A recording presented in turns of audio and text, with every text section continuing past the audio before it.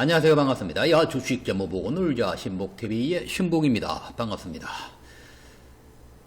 오늘은 방송을 할 게 아닌데, 우리 카카오 단톡방에서 짧은 코멘트 하나 하고 갔으면 좋겠다라고 요청을 하셔가지고요. 제가 정말 짧게 코멘트 하나 하고 가도록 하겠습니다. 2022년 시작하자마자 EDGC가 연이틀 상승분이 나왔습니다. 그렇게 해서 지금 어제는 상한가, 오늘은 5%. 시총이 3,700억을 찍었습니다. 중요한 것은요, 수급이죠, 수급. 어제 2천만 주. 오늘 3천만 주. 합이 5천만 주가 나왔죠. 이 수급이 굉장히 중요한 부분을, 굉장히 시사하는 바가 큽니다. 이전에 수급이 들어왔을 때는요, 이때는 유동성 위기로 들어온 하락 수급이죠. 매도 수급입니다. 매도 수급 들어온 이후에 지금 가장 큰 수급이 들어왔어요. 이거는 매수 수급이죠.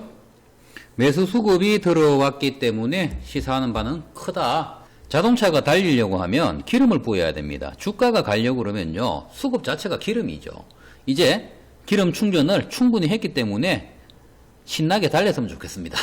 EDGC 금일 매동을 보시면요, 매도세가 그래도 강했습니다. 매도세가 매수세보다 한 6.6% 정도가 강했어요. 전체로 놓고 보면 20분 장 종료 전까지만 하더라도 한 9% 정도가 강했습니다. 매도세가 20분 남겨놓고 종가 베팅 물량들이 들어왔죠. 그 짧은 시간에 300만 주가 유입이 되면서 매도 강도를 굉장히 축소를 시켰습니다. 그렇게 해서 장을 마감을 했습니다. 차트를 한번 보면서 말을 이어가도록 하겠습니다. 제가 이틀 동안 쉬었어요. 내일까지 쉴 것 같아요.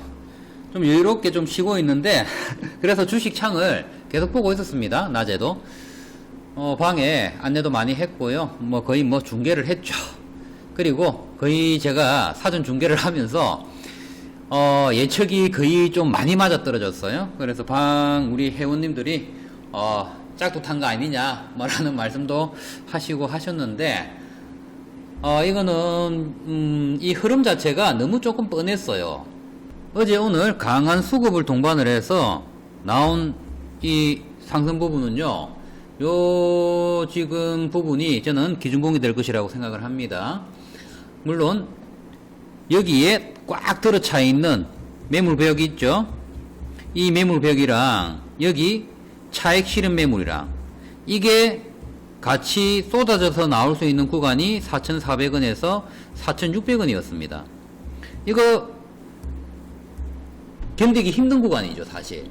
근데 이 물량을 3천만 주가 오늘 튀어나오면서 저항을 했습니다. 그래서 저는 이 부분이 동력원이 될 것이다. 그래서 내일 상승분 나올 것이라고 기대를 하고요. 물론 상승분이 안 나온다라고 하더라도 지금 현 상황에서는 한 2천만 주가 저는 더 나와줘야 된다고 생각을 합니다. 이 상황에서는 여기 지금 이 물량들 다 소화되고 동력원으로 확보를 해가지고 주가를 끌고 가기 위해서는 한 2천만 주가 더 소화가 이번 주 안에 이루어져야 되지 않겠느냐라는 생각을 하고요. 현재 주가를 만들어내고 있는 재료는 어제 나온 거죠. EDGC 메타버스 유전자 이식이죠.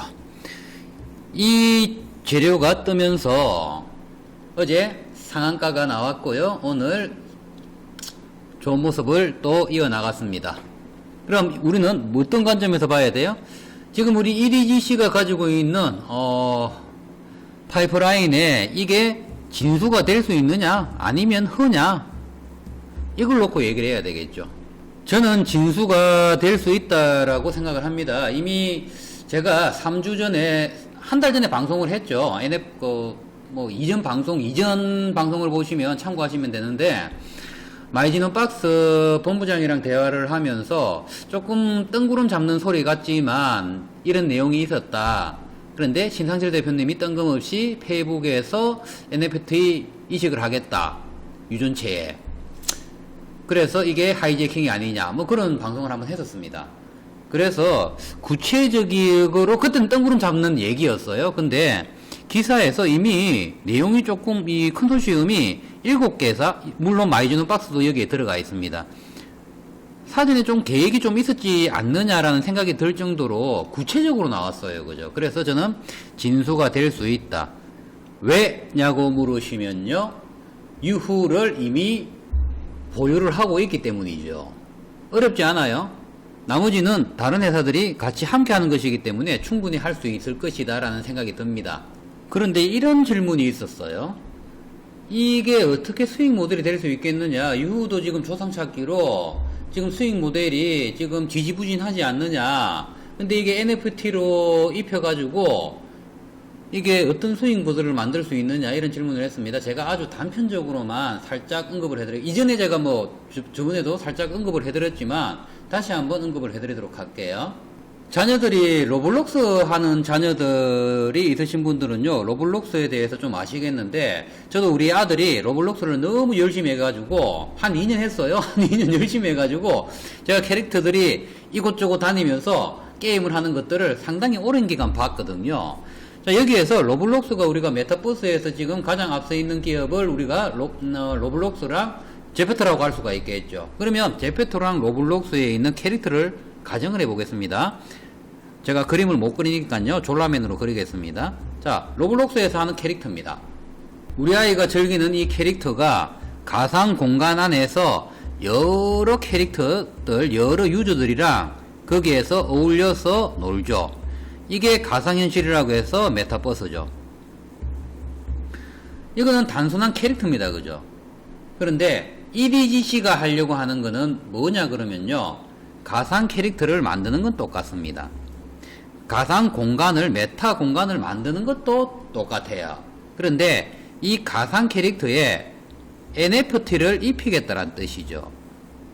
그럼 이 NFT는 어떤 거를 가지고 있느냐? 유후가 가지고 있는 유전체. 유전자를 가지고 있는 캐릭터를 만들겠다라는 거죠. 그러면 이 캐릭터가 단순하게 로블록스에서 네모난 박스처럼 이렇게 돌아다니는 이 캐릭터가 아니라 나를 닮은 캐릭터를 만들겠다라는 얘기겠죠. 여기에 유전자까지 내가 가지고 있는 유전체 분석을 통해 가지고 그 정보들을 입혀버리는 겁니다. 그러므로 인해 가지고 여기에 단순히 입혀 가지고 복사가 되어 가면요 고의성이 없죠. 그래서 NFT를 입혀 가지고 하나의 캐릭터를 내 고유성을 만들어내는 겁니다. 그러면 이건 가상 공간에 있는 나랑 똑같은 거죠. 이렇게 내 유전자를 입혀가지고 캐릭터가 가상 공간에서 돌아다닌다고 해서 이게 무슨 의미가 있느냐, 어떤 수익 구조를 만들어내느냐, 이렇게 의구심이 들 수 있습니다. 그런데 이렇게 생각해 볼게요. 자, 손흥민이 들어옵니다. 손흥민이 닮은 소유민의 유전자를 가지고 있고요. 호날두가 들어옵니다. 메시가 들어와요. 이 캐릭터들이 손흥민 유전자를 가지고 있고 호날두 유전자를 가지고 있습니다. 그리고 메시 유전자를 가지고 있어요. 내가 유후를 통해 가지고 유전자 분석을 했다라고 하면 이 캐릭터를 아마 보유를 하겠죠. 그러면 이 소유권은 누구한테 있죠? 저한테 있죠. 손흥민은 손흥민한테 있을 것이고요. 호날두는 호날두한테 있겠죠. 메시는 메시한테 있을 것입니다. 내 유전자를 정보를 제공을 함으로 인해 가지고 거기에서 들어오는 수익이 저한테 들어올 겁니다. 이분들은 더 큰 수익을 받을 수가 있겠죠. 이 사람들이 가지고 있는 천부성에 어떤 유전자를 가지고 있음으로 인해 가지고 이런 능력을 갖게 될 수 있는지 그런 것들을 궁금한 사람들은 이 유전자를 공유를 원하겠죠. 그러면 그 공유를 원하려고 그러면 이 사람들한테 정보 공유를 하려고 그러면 사야 되겠죠. 그러므로 인해 가지고 이 메타버스 안에서 자기가 보유하고 있는 캐릭터들이 수익을 만들어낼 것입니다.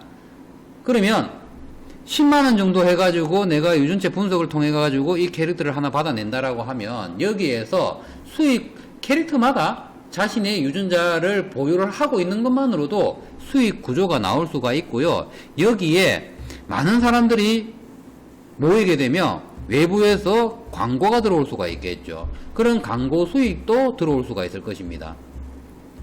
수익 모델은 여러 형태로 나올 수 있어요. 이런 사람들이야 많은 사람들이 정보를 보려고 할 것입니다. 그런데 뭐 저 같은 사람들이야 그럼 무슨 의미가 있느냐라고 할 수 있죠. 그런데 내가 가지고 있는 유전체가 많은 의료기관이라든지 뭐 기업들이라든지 바이오 기업들이라든지 이런 곳들이 많은 사람들의 유전체 정보를 보기를 원할 것입니다. 그런 것들이 전부 다 수익 모델로 다 돌아온다라는 거죠. 뭐 그뿐입니까? 뭐 유후를 통해서 우리가 기본적으로 알고 있는 것들, 뭐 그런 것들이 있잖아요. 기본적으로 여기서 다 할 수 있는 거죠. 물론 내 유전자 정보를 제공을 함으로 인해 가지고 내한테 맞는 근기식 이런 것들도 우리가 여기에서 제공을 받을 수가 있는 것이고, 채팅이라든지 소개팅도 가능합니다. 나하고 맞는 유전자 궁합이 잘 맞는 사람들 매칭시켜주는 것도 가능하죠. 이 안에서 이런 것들이 다 이루어질 수 있기 때문에 많은 유저가 만들어질 수도 있다라고 저는 생각을 하고, 이거 작은 재료 아니다, 이게 허수는 아니다 라는 생각이 듭니다. 왜? 유후가 있기 때문에. 기본적으로 EDGC가 하고 있는 일을 단지 이 NFT 전문 기업들이랑 협업을 통해 가지고 만들어낸다라고 하면, EDGC 혼자 한다라고 하면 솔직히 이건 뭐지 할 수 있죠. 그런데 이런 것들을 전문적으로 할 수 있는 기업들이랑 컨소시엄을 같이 하고, 그리고 협업을 통해 가지고 같이 뭐 이뤄낸다라고 하면 저는 충분히 가능하다라고 생각을 합니다. EDGC 주주님들, 저는 EDGC의 성장에 대해서 전혀 의심하지 않습니다. 물론 이 부분에 대해서 각 개인 주주님들의 판단에 맡기고요.